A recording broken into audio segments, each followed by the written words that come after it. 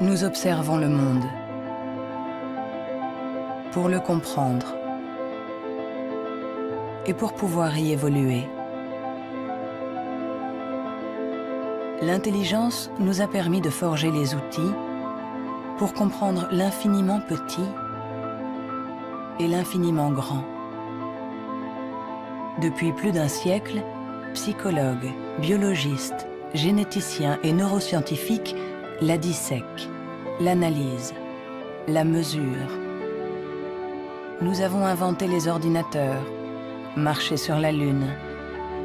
Mais contrairement à ce que nous pourrions croire, notre intelligence individuelle n'augmenterait pas. Aujourd'hui, la science explore les différentes facettes de notre intelligence. Mais les scientifiques savent-ils vraiment ce qu'est l'intelligence ?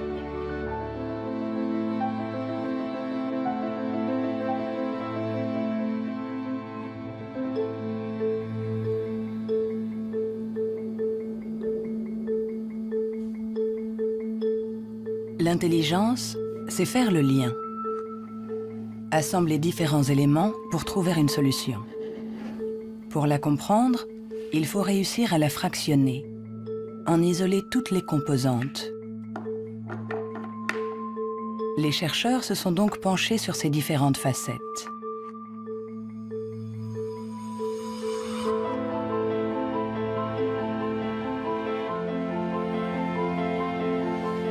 Pour mesurer l'intelligence, une des premières idées a été de mesurer la vitesse à laquelle le cerveau réagit.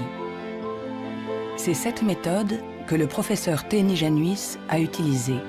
Il a comparé notre temps de réaction avec celui de nos ancêtres. Et les résultats de son étude ne sont pas en notre faveur.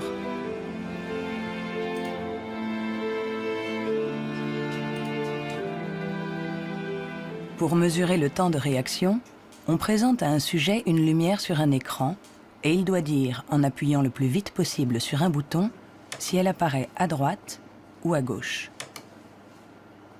Ce n'est donc pas un réflexe, mais une information simple que notre cerveau doit traiter. Ces études sur le temps de réaction sont très anciennes. Plusieurs d'entre elles ont été faites entre 1860 et 1880 en Grande-Bretagne par Francis Galton, le cousin de Charles Darwin. Il a testé plusieurs milliers de personnes qui étaient représentatives de la population de l'époque. Les gens avaient alors un temps de réaction très rapide. Nous avons donc cherché des études comparables qui auraient été faites durant les 120 dernières années. Et nous en avons trouvé une quinzaine.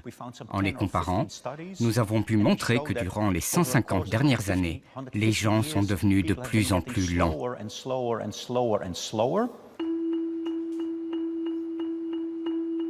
Pour le professeur Teni Januis, intelligence égale vitesse. Et notre cerveau mettrait en moyenne 50 millisecondes de plus que celui de nos arrière-grands-parents pour traiter une information simple. 50 millisecondes de plus, ça a l'air ridiculement bref. Mais quand on pense aux milliers de décisions que nous devons prendre chaque jour, si vous êtes un tout petit peu plus lent pour chaque décision, ça peut avoir des conséquences très importantes. Le professeur Teni Januis est convaincu que nous sommes moins intelligents qu'au XIXe siècle.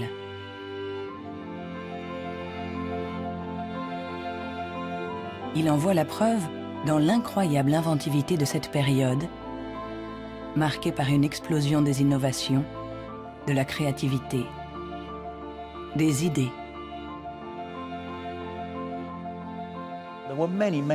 Il y a eu énormément de fantastiques innovations au XIXe siècle. Des études ont montré que le nombre d'inventions par habitant était 4 fois plus important qu'aujourd'hui.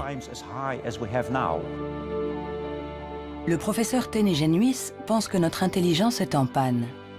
Elle décline depuis au moins 150 ans.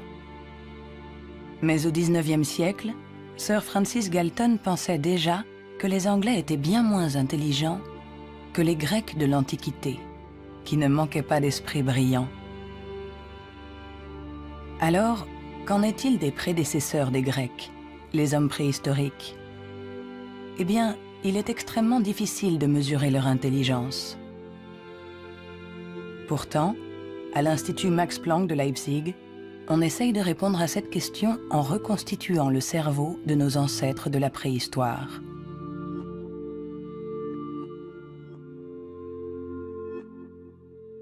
La paléoneurologie, c'est une science très très frustrante, puisque son objet, j'allais dire, quasiment n'existe pas. On n'a pas de cerveau fossile. Ce qu'on a essentiellement, c'est la boîte dans laquelle ce cerveau était contenu.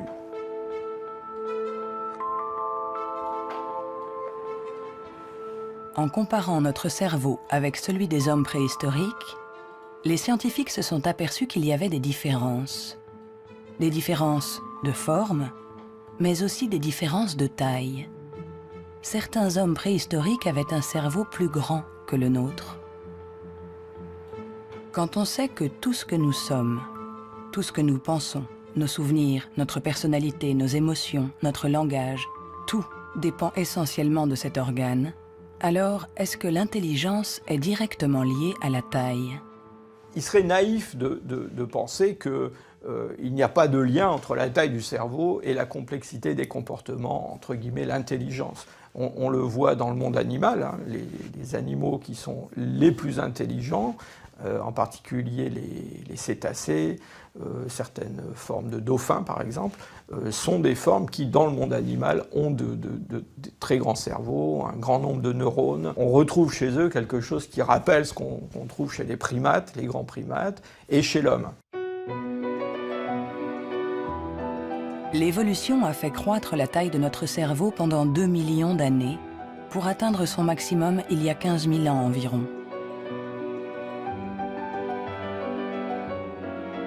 L'homme de Cro-Magnon, qui a peint les murs de la grotte de Lascaux il y a quelques 17 000 ans, était un Homo sapiens, comme nous. Mais de tous les Homo sapiens, il est celui doté de la plus grosse cervelle. En effet, la taille de notre cerveau aurait diminué par rapport à celui de notre ancêtre. Et pour certains chercheurs, nous serions moins intelligents que lui. Mais cette théorie est loin de faire l'unanimité. Moi, je ne crois pas qu'il y a une intelligence qu'on peut mesurer avec 1 centimètre et dire, voilà, il est aussi intelligent, ou il est plus intelligent, ou il est moins intelligent. Un homme de Cro-Magnon, il était intelligent pour être intelligent dans le monde où il vivait, et pas pour être intelligent dans une banque. Si on allait chercher avec la machine à voyager à travers le temps un homme d'il y a 25 000 ans, un Cro-Magnon, qu'on l'amenait aujourd'hui, il s'adapterait au monde dans lequel il aurait à vivre. Historically, you guys have struggled to adapt. Yeah, right. Walking upright, discovering fire, inventing the wheel, laying the foundation for all mankind. You're right. Good point. Sorry we couldn't get that to you sooner. Connie, your reaction? We live in a society where the individual ego and the group dynamic are in constant struggle. Response? Yeah, I have a response. What? Plus intelligent? Moins intelligent? Dès qu'on essaye de mesurer l'intelligence, tout se complique. Et pourtant, nous l'évaluons sans cesse. Dans les universités du monde entier, on enseigne ce qu'est l'intelligence. Et chacun d'entre nous, sans être un spécialiste, la mesure tous les jours. Vous mesurez l'intelligence. Si vous êtes célibataire, que vous allez dans un bar et que vous rencontrez quelqu'un, la chose la plus importante après le physique, c'est l'intelligence. Vous évaluez l'intelligence des gens quand vous parlez avec eux. Sont-ils rapides quand vous leur parlez de quelque chose qu'ils ne connaissent pas? Est-ce qu'ils comprennent? Mesurer l'intelligence en analysant les réponses, en évaluant la pertinence des actions, en comparant les individus.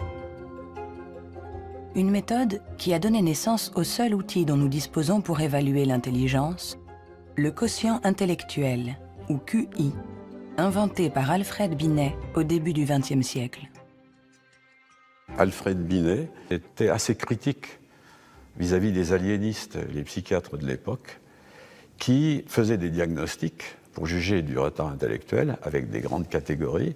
Il y avait les idiots, ceux qui étaient le degré d'arriération le plus profond, les imbéciles ensuite, et puis les débiles. Et Binet trouvait que leurs critères étaient tout à fait contestables, très vagues, différents d'un psychiatre à l'autre. Il estimait qu'il fallait avoir des critères objectifs, qu'il fallait mettre au point une sorte d'instrument d'évaluation qui s'appuie sur des critères scientifiques. En 1905, le ministère de l'Éducation nationale demande à Alfred Binet de trouver un moyen de détecter les enfants en difficulté scolaire. Il n'avait pas de théorie sur l'intelligence, mais en observant ses filles, il a imaginé qu'on pouvait l'évaluer à partir du raisonnement, de la compréhension, de la mémoire.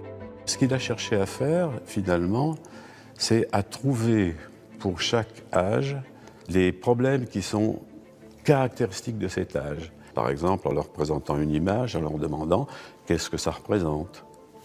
Alors, il avait remarqué que les enfants de 3 ans énumèrent ce qu'il y a dans l'image. Il y a un monsieur, une dame, un banc, un arbre. Que vers 7-8 ans, ils la décrivent, l'image. C'est un monsieur et une dame qui sont assis sur un banc. Et puis, vers 12 ans, ils l'interprètent. Ce sont des malheureux, ou le monsieur est malade, des choses de ce genre. C'est ainsi que Binet met au point avec Théodore Simon le premier test d'intelligence. Le QI classique, ou en âge mental, est né. C'est le rapport entre l'âge mental, donné par le résultat du test, et l'âge réel de la personne. On multiplie ce chiffre par 100 pour obtenir le QI. Si un enfant de 10 ans réussit les épreuves des enfants de 12 ans, alors il sera en avance et il aura un QI de 120. L'idée, ça a été de rapporter la performance d'un individu à la performance de ceux qui lui sont comparables, c'est-à-dire qui sont exactement dans la même catégorie d'âge, de la même culture, etc. Et on va avoir évidemment toute la distribution, toute la répartition des scores dans le test à un âge donné. Le QI, c'est juste la position d'un individu par rapport aux performances des gens qui sont comme lui, c'est-à-dire qui ont le même âge que lui.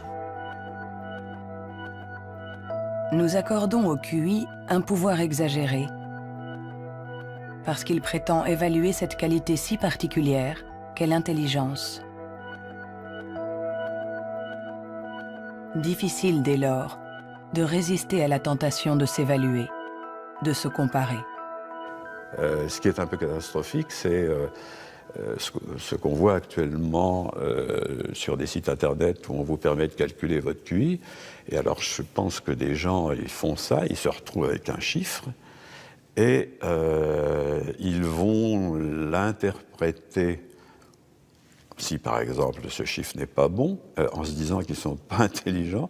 C'est absolument ridicule et catastrophique. Le 2. Il est ridicule de croire qu'un chiffre peut résumer quelqu'un. Le 4. Le 3. Les vrais tests de QI se font chez des psychologues agréés. Le 2. Car il faut savoir les interpréter en les mettant en rapport avec le passé d'un individu, son présent, Le 2 ou le 3. sa personnalité. Le QI permet d'évaluer l'intelligence, de comparer les individus. Mais nous permet-il de savoir si notre intelligence a évolué depuis que Binet l'a inventé il y a plus d'un siècle? Réussissons-nous mieux aujourd'hui les tests de QI? C'est en Nouvelle-Zélande qu'on a apporté pour la première fois une réponse à cette question.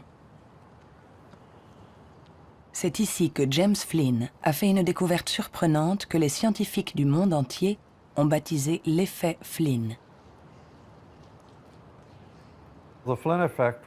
L'effet Flynn, c'est la découverte que pour toutes les nations qui sont entrées dans l'ère industrielle, il y a eu des gains importants dans les tests de QI. J'ai regardé tous les types de tests de QI dans 40 pays, comme en France, en Hollande, en Norvège, partout où il y avait des appelés au service militaire. On leur donnait exactement le même test chaque année, et les gains sont évidents. Il y a 1 ou 2 générations, les gens avaient en moyenne 30 réponses justes sur 60, alors qu'aujourd'hui, ils en ont 45.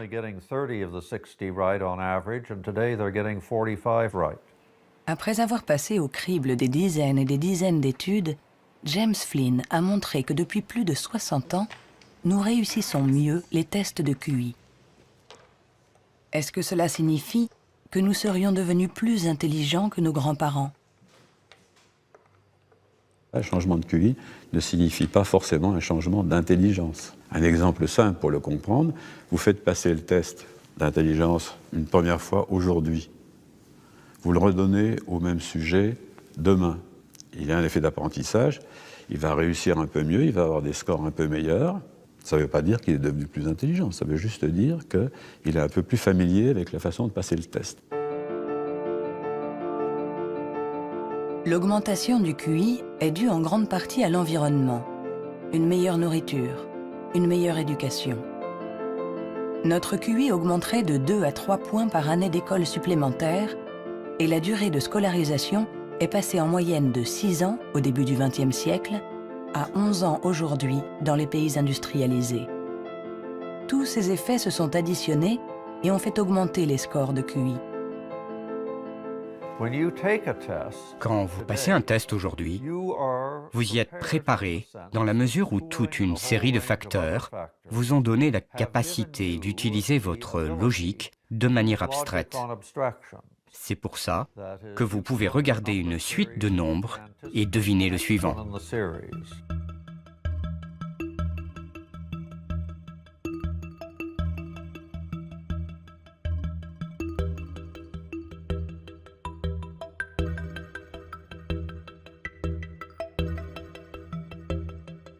Avec l'intelligence, il ne faut pas se fier aux apparences. De meilleurs scores au test de QI ne nous disent pas que nous serions plus intelligents. Nous sommes juste mieux préparés pour réussir des tests de QI. Notre intelligence est comme un muscle que nous avons entraîné pour en exprimer tout le potentiel. Mais à force de nous entraîner, nous avons peut-être atteint nos limites. Les chiffres le prouvent. Après des décennies d'augmentation, les résultats au test de QI plafonnent. Ils diminuent même dans certains pays, comme l'Angleterre, le Danemark ou la Norvège. L'augmentation du QI est un phénomène qui a duré un siècle. Mais tous les pays vont finir par voir un plafonnement de cette augmentation. L'école a fait le plein. C'est elle qui a offert la capacité de manier des concepts abstraits. Et à moins d'une révolution de la pédagogie, les bénéfices dus à l'école vont plafonner parce que presque tout le monde aujourd'hui est scolarisé.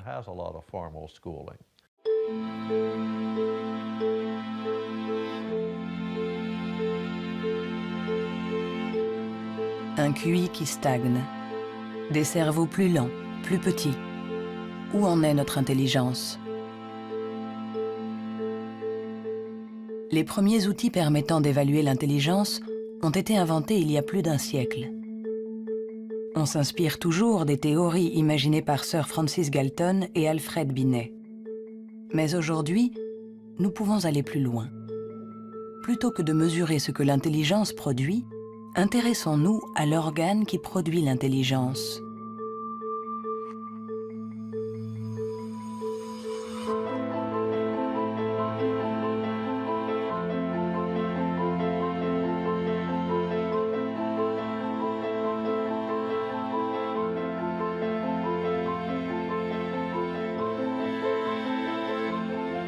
Richard Ayer est psychologue et neuroscientifique à l'Université de Californie, Irvine.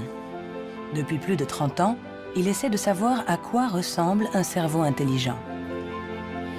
Grâce aux progrès faits par l'imagerie cérébrale ces dernières années, il cherche, avec son collègue le professeur Rex Jung, où, dans le cerveau, se niche l'intelligence.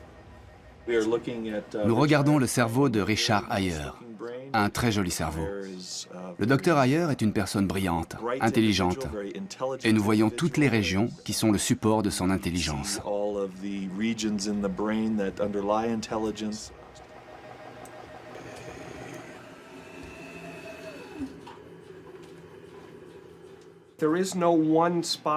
Il n'y a pas un endroit dans le cerveau qui soit le centre de l'intelligence. Les gens pensaient qu'il y avait un centre de l'intelligence à l'avant. Mais les recherches ont montré que lorsqu'on fait des tests d'intelligence à l'intérieur d'un scanner, on peut voir que la communication entre l'avant et l'arrière est très importante pendant que l'on résout les problèmes. Le professeur Ayer a été l'un des pionniers dans l'utilisation des techniques de neuroimagerie moderne. Sa première étude date de 1988. On n'avait alors jamais utilisé ces outils dans les recherches sur l'intelligence. On a trouvé des zones du cerveau qui s'activaient quand les gens passaient des tests d'intelligence. Mais le choc, la surprise, c'était que plus ces zones étaient actives, moins les résultats du test étaient bons. C'était à l'opposé de ce qu'on attendait. À chaque fois qu'en science, on a un résultat à l'opposé, c'est vraiment intéressant.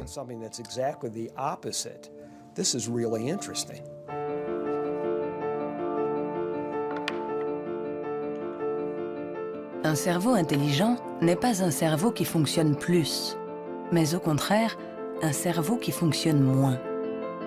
C'est ce qu'on appelle la neuroefficacité. Être intelligent, c'est résoudre un problème en faisant un minimum d'efforts.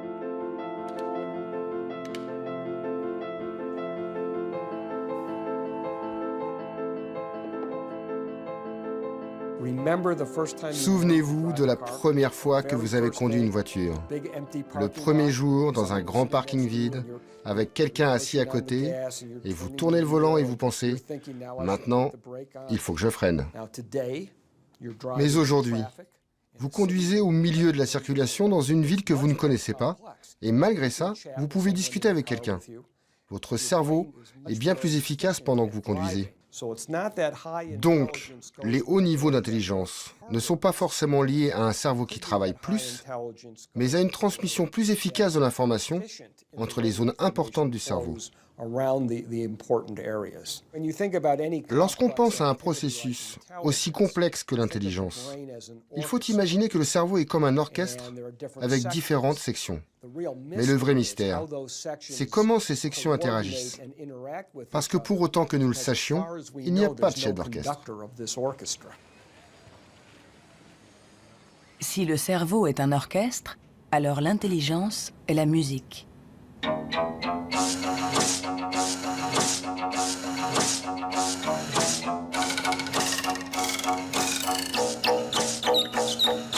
Nous commençons à déchiffrer la partition, mais nous ne savons toujours pas comment les musiciens parviennent à jouer ensemble. À l'université de la Sorbonne, le professeur Olivier Houdet est à la recherche de ce chef d'orchestre. Pour le trouver, il mesure l'activité électrique du cerveau pendant que des enfants résolvent des problèmes.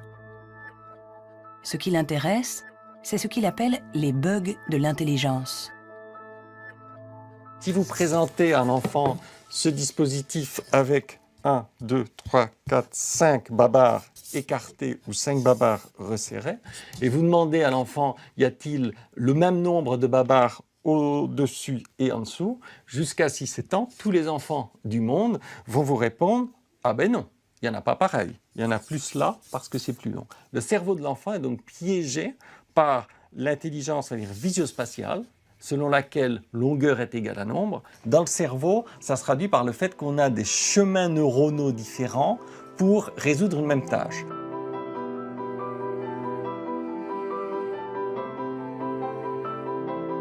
Compter ou mesurer. Il y a toujours plusieurs solutions à un problème. Et notre cerveau est sans cesse en train de lutter pour inhiber les mauvaises stratégies. Nous, ce qu'on montre ici, et c'est ça la découverte et l'originalité de notre laboratoire, est que l'inhibition, c'est sans doute le processus clé et positif de l'intelligence, parce que c'est elle qui nous permet de résister à nous-mêmes, en quelque sorte. Résister à nous-mêmes, c'est apprendre à contrôler les interférences qui viennent perturber notre intelligence. Le test de Stroop est une des méthodes pour observer ces interférences. Il consiste à donner la couleur d'un mot, mais attention, sans le lire. Bleu, jaune, rouge, jaune, vert, rouge, vert, vert, rouge, vert, jaune, jaune, rouge, jaune, jaune, rouge. jaune, rouge, jaune, jaune, Rouge, vert, rouge, jaune, bleu.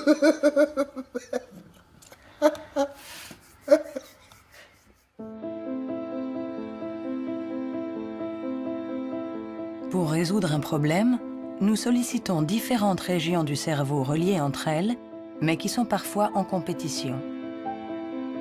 Mais comment ces différentes zones communiquent-elles? C'est ce à quoi s'intéresse le professeur Douglas Fields à l'Institut national de la santé de Washington.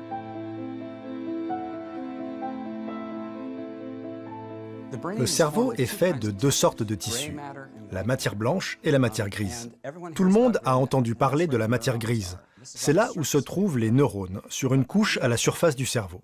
Mais en dessous, il y a des milliards de connexions, de câbles, des axones qui connectent les neurones. Et c'est blanc parce que ces axones ont une gaine isolante formée d'une membrane qui est de la myéline.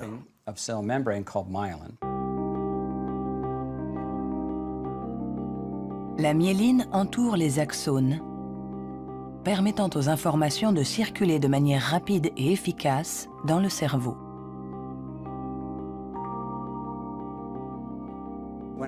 Quand un enfant naît, son cerveau n'est pas mature. Ses fonctions sont minimales. Un bébé ne peut quasiment rien faire. Il ne peut pas se nourrir, il ne voit pas vraiment, il ne sait pas marcher ni redresser la tête. C'est parce que notre cerveau est façonné en permanence par notre environnement. Et une des choses les plus intéressantes avec la myéline, c'est qu'elle se forme après notre naissance. La myéline est essentielle pour que l'information circule de manière efficace dans le cerveau. Elle est donc essentielle pour notre intelligence. Mais aujourd'hui, la formation de la myéline est perturbée. Barbara Demnex, endocrinologue au Muséum d'histoire naturelle de Paris, a montré comment notre intelligence est menacée par un des fléaux majeurs du XXIe siècle, la pollution. Quel que soit l'endroit où vous vivez dans le monde, vous allez être exposé à des centaines de produits chimiques qui vont interférer avec l'hormone thyroïdienne. Cette hormone est produite par la glande thyroïde qui se trouve à la base du cou chez l'homme. Elle est nécessaire au développement du cerveau depuis les premières étapes du développement du fœtus jusqu'à un âge plus avancé, comme le mien, pour assurer le maintien de fonctions, comme la myélinisation. L'Autorité européenne de sécurité des aliments a analysé 297 pesticides. Plus d'une centaine d'entre eux perturbent le fonctionnement de l'hormone thyroïdienne. Tout comme le bisphénol A, les PCB, les retardateurs de flamme. Des produits chimiques avec lesquels nous sommes en contact tous les jours. L'équipe de Barbara Demnex a montré qu'ils ont la particularité de bloquer les récepteurs spécifiques de l'hormone thyroïdienne sur chacune des cellules de notre cerveau. Et les effets sont considérables. Ce sont des preuves solides. On a regardé, les scientifiques ont regardé, les niveaux d'exposition chez les femmes qui ont des enfants. On a comparé différents niveaux d'exposition et on a vu que les niveaux les plus élevés étaient associés à une perte de 5 à 6 points de QI chez leurs enfants. C'est vrai que la plupart d'entre nous ne voient pas la différence, mais il est évident que 5 points de QI en moins peuvent faire une grande différence pour votre réussite scolaire ou votre réussite dans la vie. Et le simple fait de le savoir est vraiment troublant pour les parents.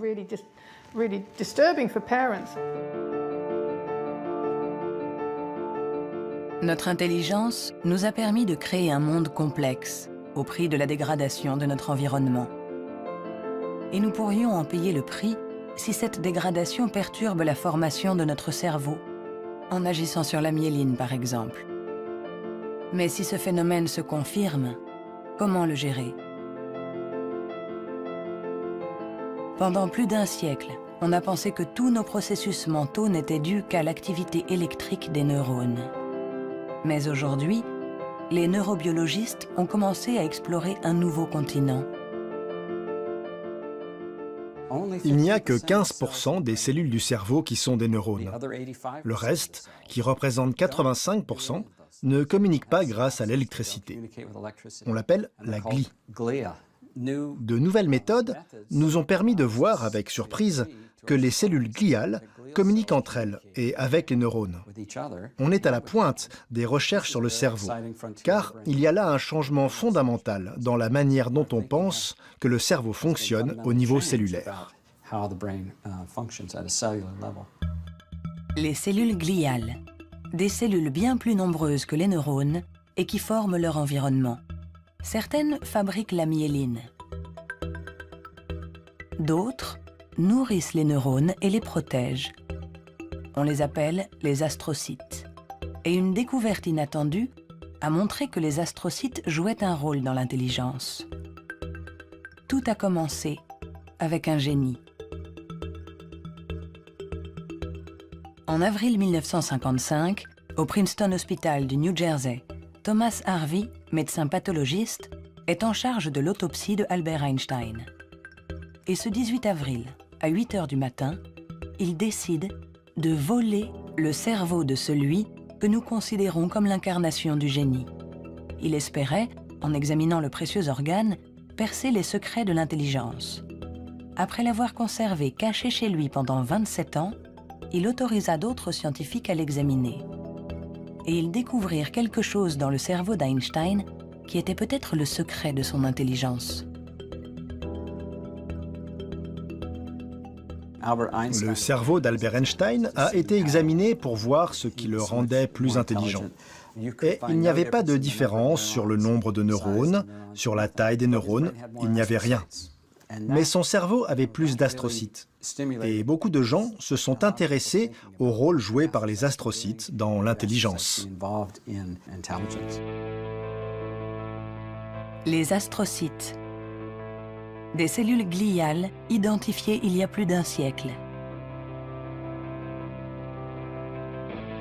Mais ces dernières années, les scientifiques se sont aperçus que leur rôle était plus complexe que ce qu'ils imaginaient.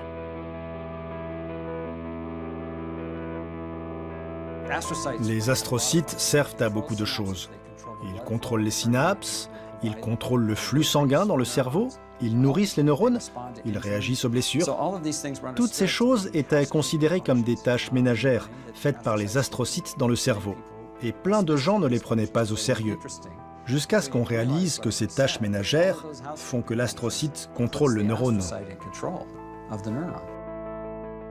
Un astrocyte humain contrôle des centaines de neurones, bien plus que ce que peut faire un astrocyte de souris par exemple. En se basant sur cette observation, une équipe de l'Université de Rochester a mis au point une expérience fascinante. Pour mieux comprendre l'intelligence humaine, ils ont décidé de lui faire franchir la barrière des espèces. Ils ont greffé des astrocytes humains dans le cerveau de souris.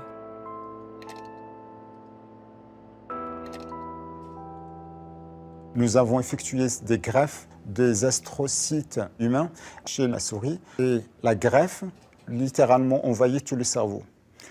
Quand on regarde, par exemple, à l'âge de 1 mois après la greffe, on voit que la greffe est très discrète à l'endroit presque où on a greffé les cellules. Si on revient 1 an plus tard, tout le cerveau devient greffé On remplace littéralement toutes les cellules par les cellules humaines.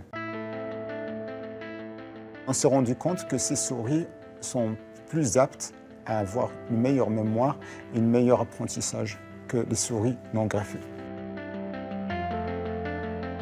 Pour tester les capacités de ces souris au cerveau modifié, les chercheurs les ont placées dans un labyrinthe. Résultat, les souris greffées trouvent la sortie 2 fois plus vite que les souris non greffées. Cette expérience ne laisse plus la place au doute. Les astrocytes contribuent à favoriser la mémoire et l'apprentissage. Ils jouent un rôle clé dans notre intelligence.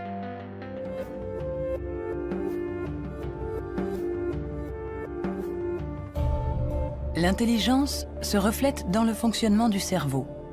Mais comment expliquer les différences d'intelligence de nos collègues, de nos amis, de nos parents? Ont-ils plus de matière blanche, moins d'astrocytes, des neurones plus rapides? Ce qui est à l'origine de nos capacités se trouve en partie dans nos gènes. Robert Plomine est généticien comportementaliste. Dans le cadre de ses recherches, il a regardé grandir des milliers d'enfants. Grâce à eux, il espère pouvoir trouver les gènes qui influent sur l'intelligence. Les gens demandent souvent dans quelle mesure l'intelligence est déterminée par les gènes. Mais tout d'abord, il faut insister sur le fait que le mot « déterminé » n'est sans doute pas le bon. On devrait dire « influencé ». C'est comme pour la taille, elle est liée aux gènes, mais pas déterminée par eux. Si vous êtes grand, il est probable que vos enfants seront plus grands que la moyenne. Mais s'ils sont mal nourris ou s'ils sont malades, ils seront peut-être plus petits. Ce n'est pas déterminé, c'est influencé. Pour l'expliquer différemment, les gènes nous donnent un potentiel et l'environnement permet de l'exprimer.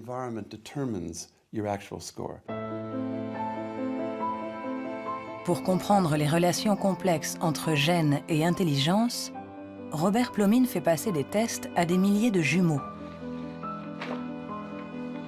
Les vrais jumeaux ont ceci de particulier que ce sont des clones.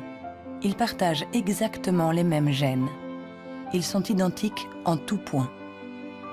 Mêmes cheveux, mêmes yeux. Mais ont-ils les mêmes résultats au test d'intelligence? La réponse est oui. Leurs résultats sont plus proches que ceux d'un frère et d'une sœur. C'est la preuve que même s'ils ne sont pas les seuls déterminants de l'intelligence, les gènes jouent un rôle crucial. La plupart des pays dans le monde, plus de 100 pays, disposent maintenant de registres de jumeaux, car ils reconnaissent l'importance de la méthode des jumeaux pour estimer l'influence des gènes. La prochaine étape de nos recherches est d'essayer de trouver les gènes responsables de l'intelligence. Pour cela, Robert Plomine utilise des puces à ADN capables de détecter plus d'1 million de marqueurs génétiques. En comparant l'ADN de tous ceux qui ont eu de bons résultats au test, il cherche à voir si certains gènes apparaissent plus fréquemment. Mais l'identification précise de ces gènes s'est révélée beaucoup plus compliquée que ce qu'il espérait.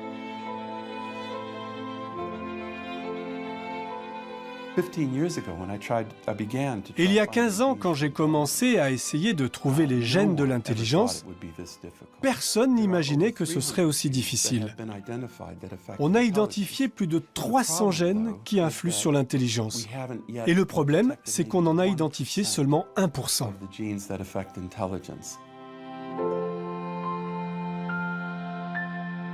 L'intelligence est influencée par l'interaction de plusieurs milliers de gènes. Ils forment un réseau d'une complexité inouïe, d'autant plus qu'ils produiraient des effets différents selon la région du cerveau où ils s'expriment. Avant, on imaginait le fonctionnement du cerveau en termes de zones. Cette zone gère le langage, celle-ci fait autre chose. Le corps calleux relie les hémisphères. Beaucoup de gens aujourd'hui ont réalisé que c'était une fiction, que le cerveau agissait de manière plus globale. Et si on regarde ça du point de vue génétique, cela rend les choses plus claires, parce que la plupart des gènes qui agissent sur le cerveau affectent beaucoup de régions différentes. Nous avançons pas à pas dans la compréhension de notre intelligence. Les scientifiques affinent les outils pour la mesurer. Mais la question qui se pose est l'usage que nous en ferons.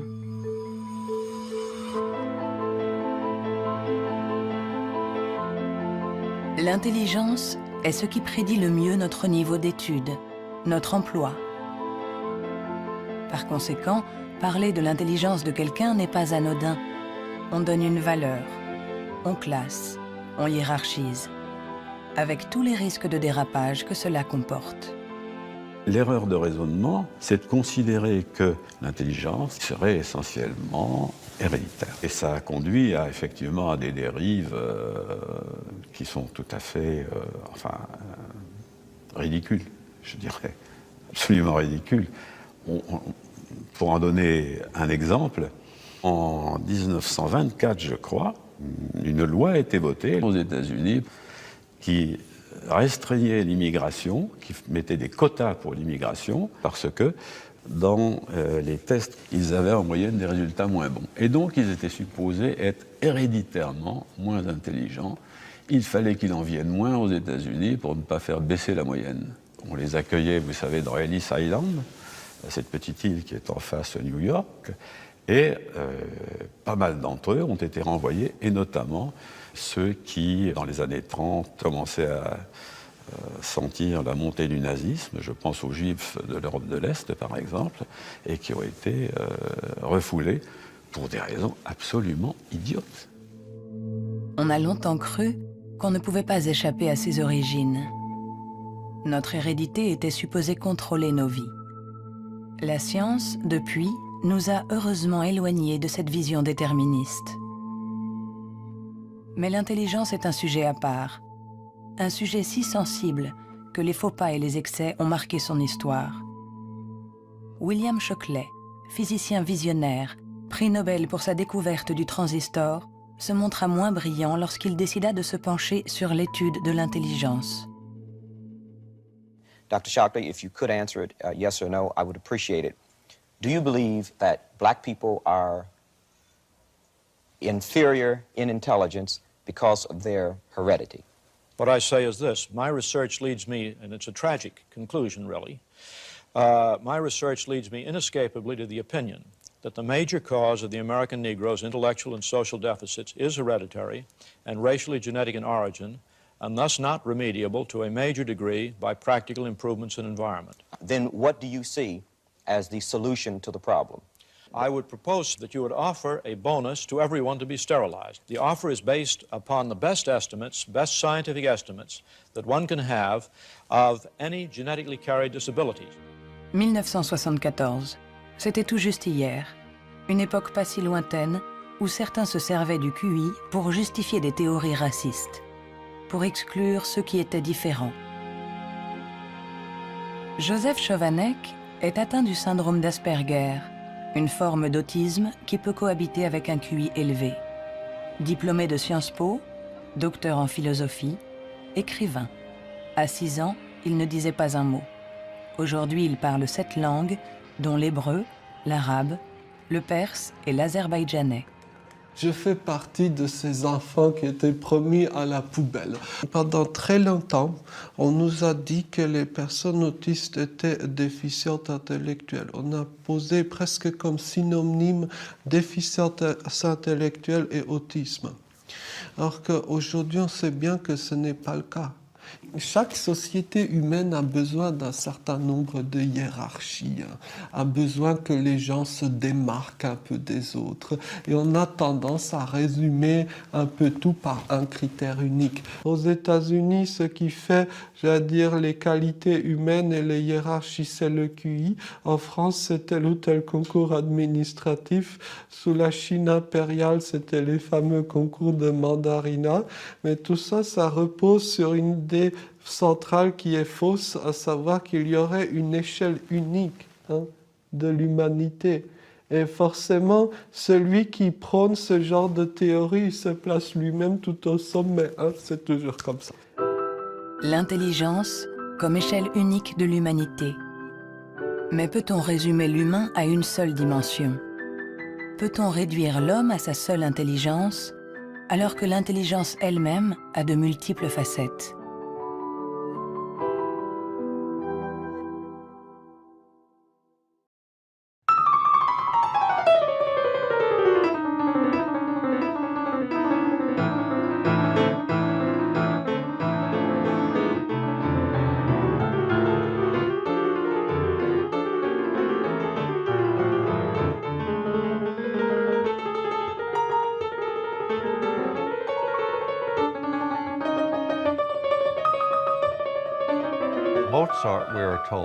Mozart, dit-on, pouvait avoir à l'esprit une symphonie en entier. Si vous suivez une symphonie, vous devez suivre son développement dans le temps. Mais lui, il avait conscience de sa globalité. C'est un peu le même niveau de complexité que pour un mathématicien qui pense à 7 ou 8 formules et voit toutes les connexions possibles entre elles. Alors on peut toujours objecter. Est-ce que l'intelligence musicale est une forme d'intelligence? Ce n'est pas important. Ce qui est important, c'est que ça existe et que ceux qui l'ont n'ont pas obligatoirement de grand QI.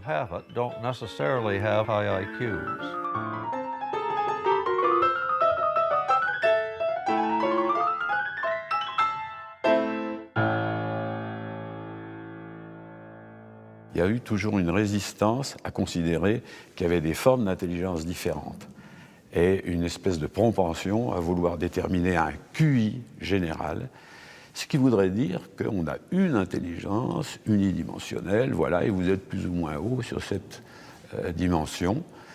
Et la conception contradictoire, c'est qu'il y a plusieurs formes d'intelligence et en réalité, vous pouvez être assez haut sur une des dimensions de l'intelligence, sur un de ses aspects, et puis assez bas sur un autre. Le débat est aussi ancien que les premières études sur l'intelligence. En effet, les scientifiques se sont aperçus que quelle que soit la méthode utilisée, ils n'arrivaient pas à évaluer l'intelligence avec une échelle unique.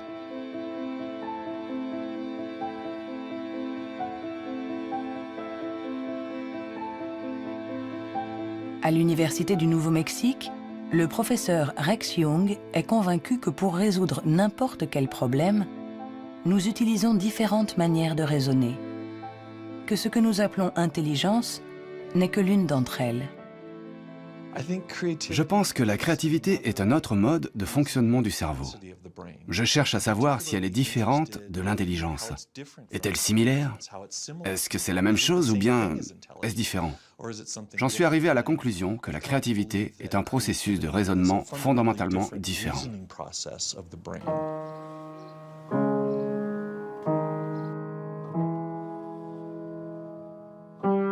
Déchiffrer une partition, c'est être intelligent en utilisant nos connaissances.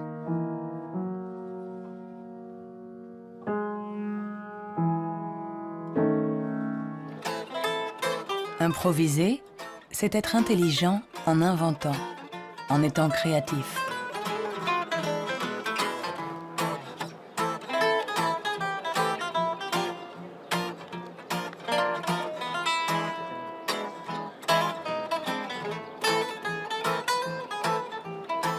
Un musicien peut être à la fois intelligent et créatif. Un sujet d'étude idéal.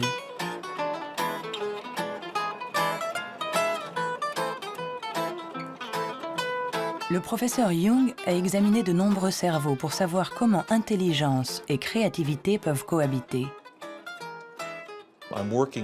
Je travaille sur l'hypothèse que ce sont des partenaires et qu'il y a deux réseaux différents dans le cerveau qui coopèrent pour nous permettre de raisonner. L'un est un type de raisonnement intelligent, l'autre est un type de raisonnement créatif. Je pense que les deux sont extrêmement importants. Nous sommes très proches de comprendre comment ils fonctionnent. Notre théorie est que le réseau de l'intelligence se situe plutôt à la surface du cerveau. Avec la créativité, les choses sont différentes. Elle dépend principalement du réseau du mode par défaut. Le réseau du mode par défaut est un réseau qui se trouve plutôt au milieu, à l'intérieur du cerveau. Et ces deux réseaux échangent en permanence des informations pour nous permettre de résoudre les problèmes posés par le monde qui nous entoure.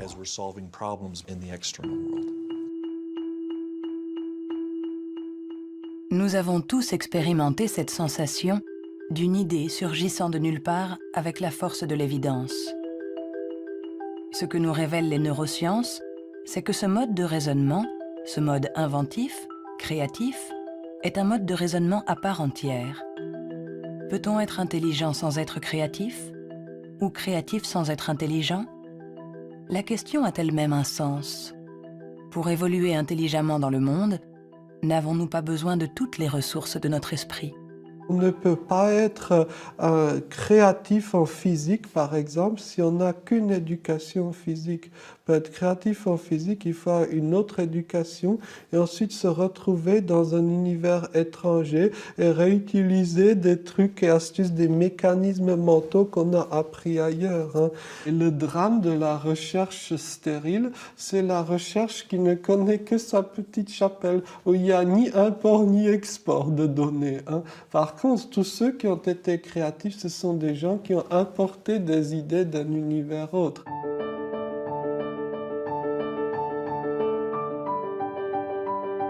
Les liens se tissent, le tableau se dessine. Les scientifiques assemblent petit à petit les différentes composantes de notre intelligence. Mais le monde évolue, et l'intelligence aussi. Notre cerveau est en permanente évolution. Il permet à notre intelligence de s'adapter aux problèmes que nous devons résoudre, aussi multiples et variés que nous pouvons l'être. Quand j'étais enfant, je savais que je ne fonctionnais pas comme les autres. Hein. J'avais cette conscience-là. Cela m'a donné à réfléchir, cela m'a amené à imaginer le monde pluriel. Imaginez le monde où il n'y a pas un seul axe, que ce soit de classement ou de valorisation, mais un grand nombre d'axes. Et j'ai dit, la vraie intelligence du monde, n'est-ce pas de savoir réfléchir de façon plurielle, de savoir prendre en compte plusieurs grilles de compréhension du monde et non pas une seule. Le rôle de la science n'est peut-être pas de dire si nous sommes plus ou moins intelligents que nos voisins ou que nos ancêtres, mais de nous aider à comprendre comment notre cerveau fonctionne. On saura alors non seulement réparer notre intelligence, mais on saura aussi l'améliorer pour tisser des liens entre nous et la diversité de ce qui nous entoure.